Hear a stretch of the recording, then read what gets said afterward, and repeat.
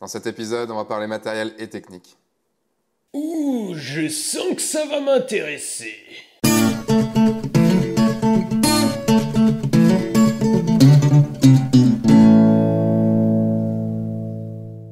Bonjour, je suis Sébastien Roignan et vous êtes bien dans un nouvel épisode de F1 4. Suite à une discussion récente, j'ai envie de partager avec vous quelque chose auquel je crois au plus profond de moi. L'importance du matériel J'ai pas rêvé, j'ai entendu quelqu'un parler de matériel là. et de la technique. Oui, ou pas. Ou pas. Vous le savez, sur F1 4, j'ai toujours voulu vous inciter à faire des photos avec votre cœur et non avec votre appareil photo. Et c'est pas facile de faire des photos avec son cœur. Mais il faut bien s'en rendre compte, dans le monde de la photo, on croit au dieu matériel et à la déesse technique. C'est grâce à eux qu'on va devenir un meilleur photographe. Puis c'est évident, c'est quand j'aurai le dernier boîtier sorti à plus de 5000 € que je ferai des meilleures photos. Donc en fait, si vous voulez prendre des putains de belles photos, il n'y a qu'une seule chose à faire, c'est de vous saigner. Vous la sentez, ma grosse ironie, là? Oui, je sais. Sans matériel, on va pas aller bien loin, je vous l'accorde.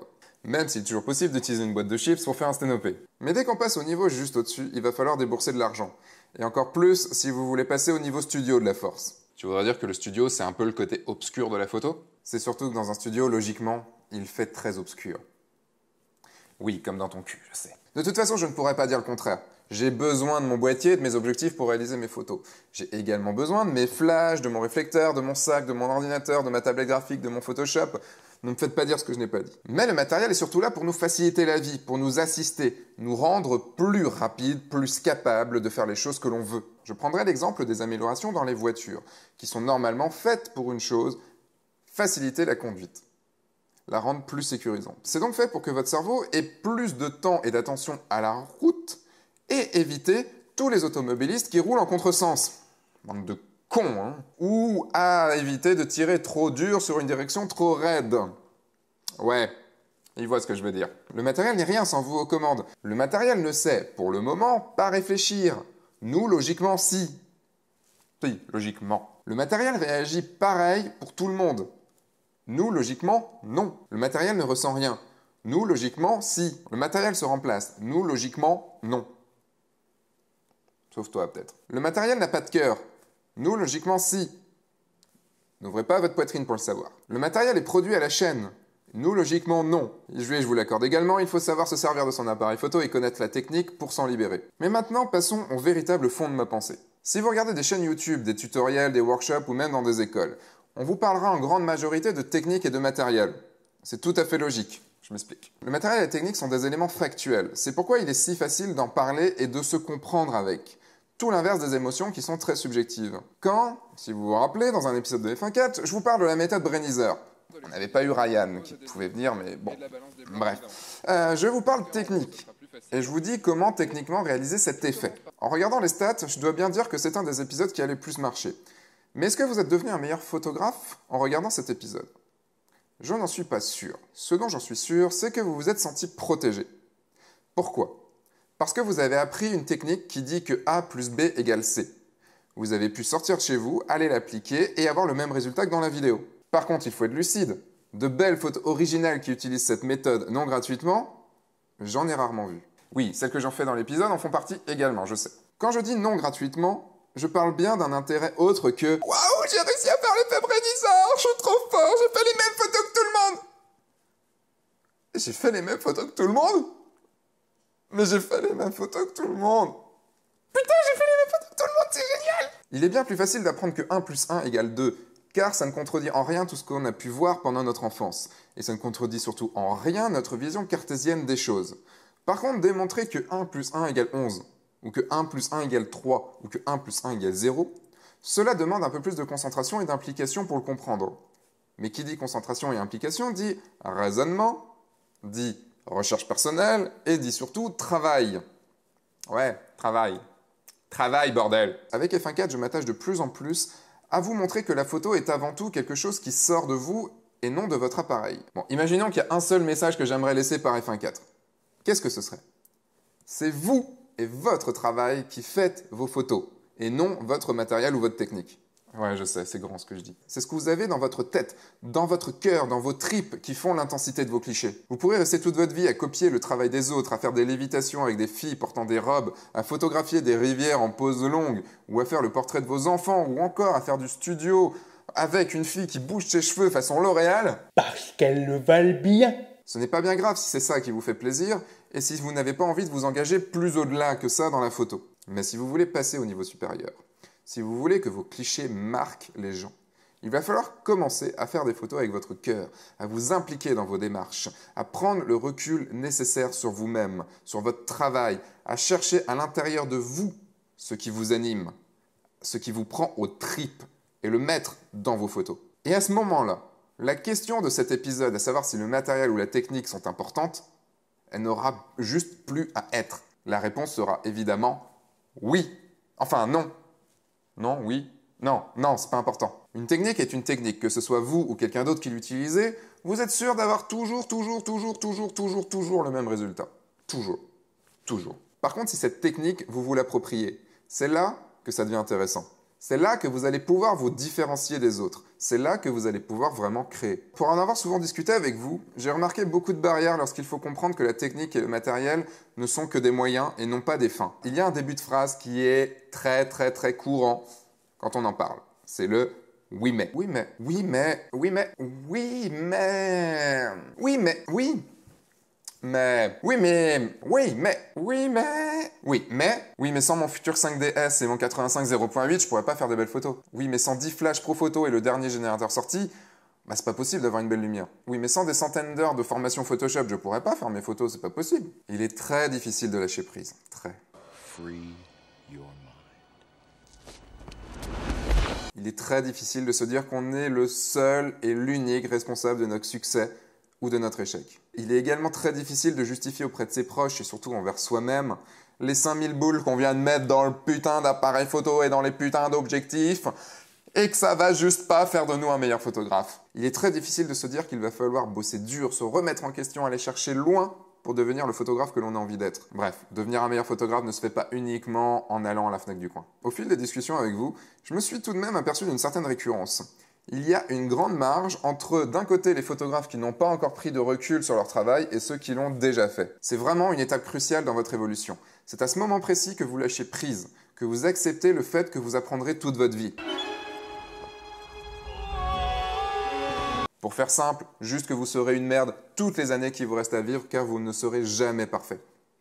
Vous tendrez à le devenir, mais ça vous prendra juste l'éternité.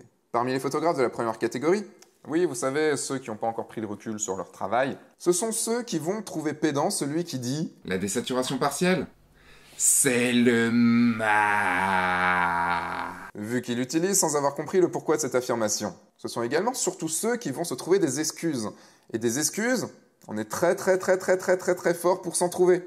Rappelez-vous cet épisode. Voilà toutes les raisons pour lesquelles vous n'arriverez pas à vivre de la photographie. Sauf si... Tu veux des excuses? Ok, je vais t'en trouver. Je ferai des photos quand j'aurai un meilleur matériel. Je peux pas faire des photos si j'ai pas mon nouveau flash. Il faut absolument que je regarde tous les tutoriels d'internet avant de pouvoir prendre mon boîtier. Je ferai des photos quand j'aurai un meilleur matériel. Je pourrai enfin sortir de chez moi quand j'aurai un full frame. Je ne pourrai me mettre à la mise en scène que lorsque j'aurai suivi les workshops de Sébastien Roignan. Non, ça c'est une vérité. À chaque fois que je rencontre un photographe que j'admire, je suis toujours surpris par le matériel qu'il a et la technique qu'il a. Je pense toujours qu'il passe des heures et des heures sur Photoshop et en fait non, il me dit 15-20 minutes. Toujours. Connard quoi. Histoire de vous rassurer, n'importe qui, sous-entendu n'importe quel couillon, peut apprendre à se servir d'un appareil photo ou d'une technique. Mais comme je sais que vous n'êtes pas des couillons, ou surtout que vous n'avez pas envie d'être des couillons, différenciez-vous. Pour vous montrer à quel point mon matériel est juste un outil, voici quelques anecdotes qui vous feront dire une seule chose. Jamais je ne rachèterai le matériel de Sébastien. Commençons le plus fort. C'était il y a quelques mois, j'étais en Martinique pour des workshops. J'ai noyé mon 5D3 et un 1740. Je les avais depuis moins de 6 mois. Voire le 1740, c'était la première fois que je l'utilisais. Et je n'avais pas d'assurance. Rest in peace, bro. Je m'en suis bien sûr énormément voulu, mais en aucun cas je n'ai pleuré. N'ai tapé du poing. Non. Ou me suis suicidé. Ou me suis ou me suis suicidé. Putain, c'est difficile à dire ce truc. Hein. J'ai pris un peu sur moi et je me suis dit que je venais juste de perdre un peu d'argent. Beaucoup d'argent, c'est vrai. Et je me suis dit qu'en revenant de Martinique, j'avais juste à bosser un peu plus, à retrouver quelques autres contrats, et je pourrais m'en racheter un autre. Je vous vois derrière votre écran, vous avez pris une boîte de mouchoirs, hein?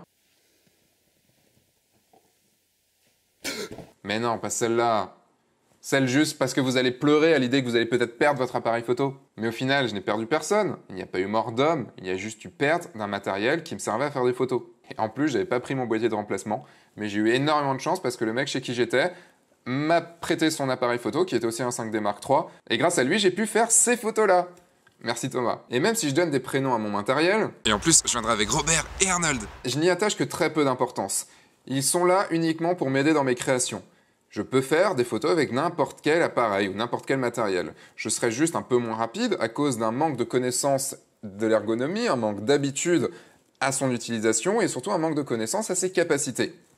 Mais au final, que ma photo soit captée avec un appareil bas de gamme ou un appareil haut de gamme, je vais mettre la même chose dans ma photo. Je vais dire la même chose. Ça sera juste peut-être un peu moins bien au niveau impression, mais je vais dire la même chose.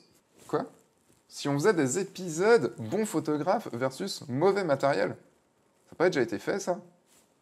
Si, ça a déjà été fait, mais pas en France. On peut peut-être le faire en France. Ça vous dit? Mon matériel me permet de créer une ambiance précise, idem pour la technique. Prenons un exemple qui va en faire rêver beaucoup d'entre vous. J'espère beaucoup moins après avoir vu cet épisode. Imaginons un monde merveilleux où nous aurions chez nous tout le matos existant. Genre tous les boîtiers, tous les objectifs, tous les accessoires. Bah quoi? Tout le monde n'a pas au moins 3 1DX? Imaginons que nous connaîtrions chaque avantage et chaque inconvénient de chaque couple objet-boîtier. Lorsqu'on partirait en shooting, on pourrait choisir du coup quel boîtier prendre et quel objectif en fonction de notre intention de prise de vue. Ce n'est pas la peine de tout prendre, juste le matériel le plus adéquat à ce que l'on va faire. Ce ne doit pas être le matériel qui dicte quoi faire, mais l'inverse. C'est à nous de chercher celui qui sera le mieux adapté à nos souhaits, ou si l'on n'a pas ce qu'on souhaite, si l'on n'a pas le matériel qu'il nous faut, tweaker celui qu'on a déjà, trouver des astuces pour le réaliser. Bon, maintenant qu'on est entre nous, qu'il n'y a plus beaucoup de monde avec tout ce que j'ai dit, je peux vous le dire, je peux vous l'avouer, quand j'étais plus jeune, j'étais fan de matos.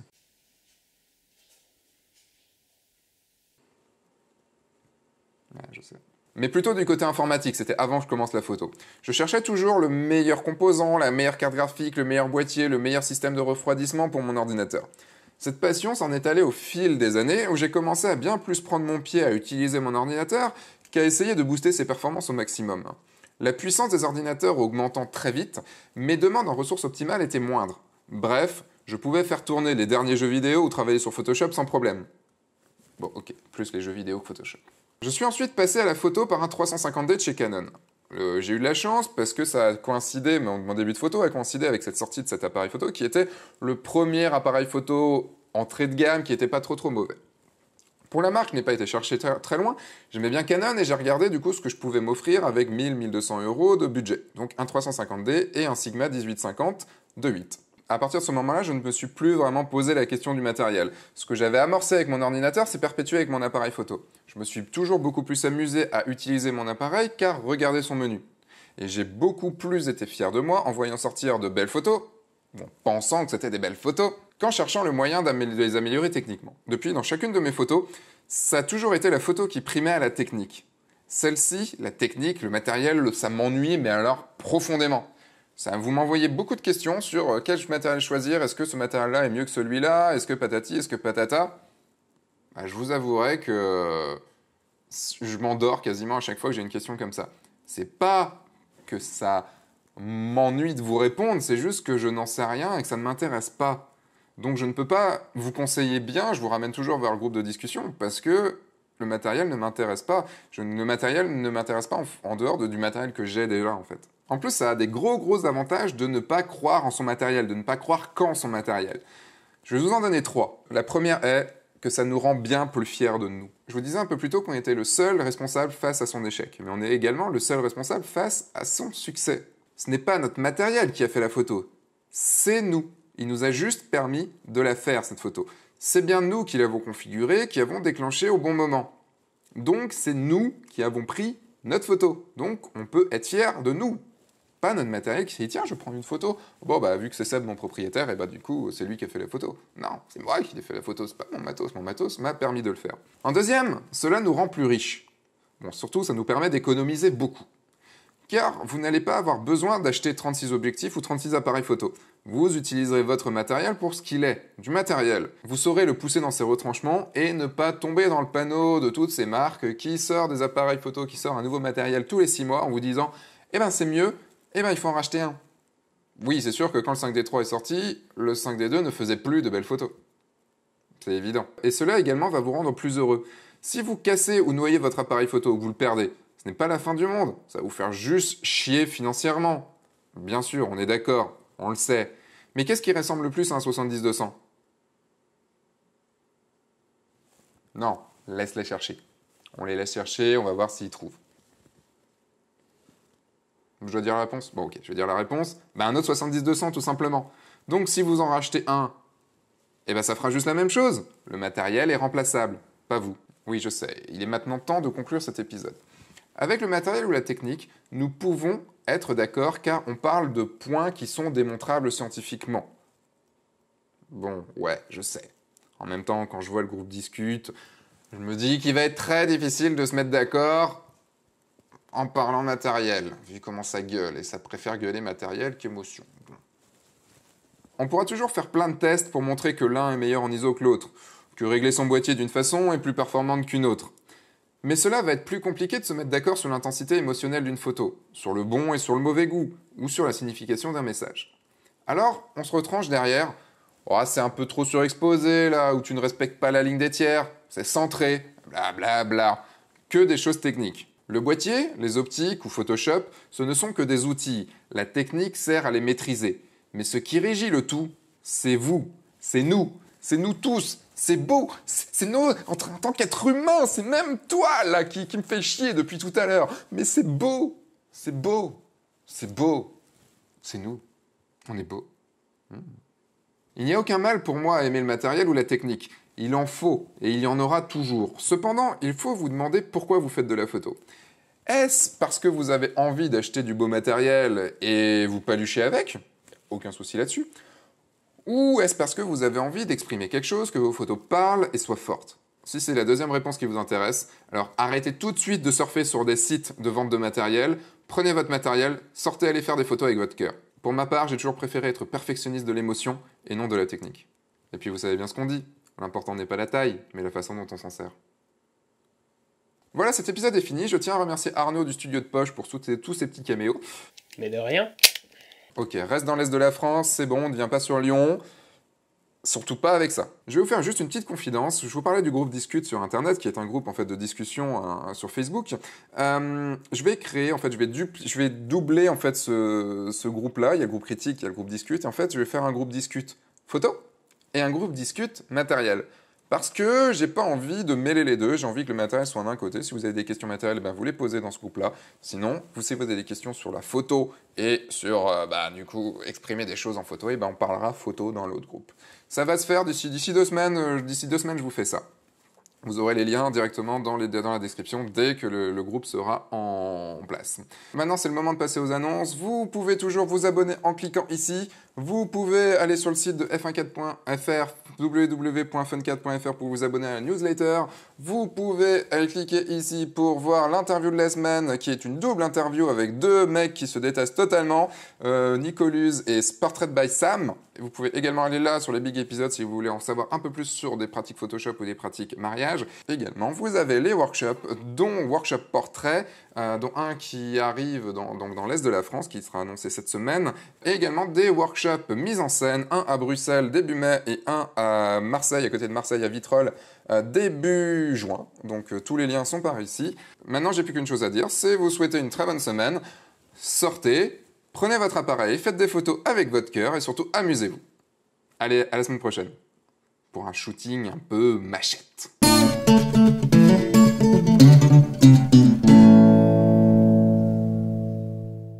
Tu l'avais bien avancé, hein. Mais je crois que j'ai tout merdé sur la fin. Je ne sais plus. Il y a un an, je vous expliquais pourquoi vous n'arriverez jamais à vivre de la photographie. J'ai passé toute une saison à tenter de vous démoraliser, de vous stopper dans vos rêves, bref, de vous faire abandonner l'idée de venir nous manger notre travail. Je dois bien me rentrer à l'évidence, ça n'a pas marché.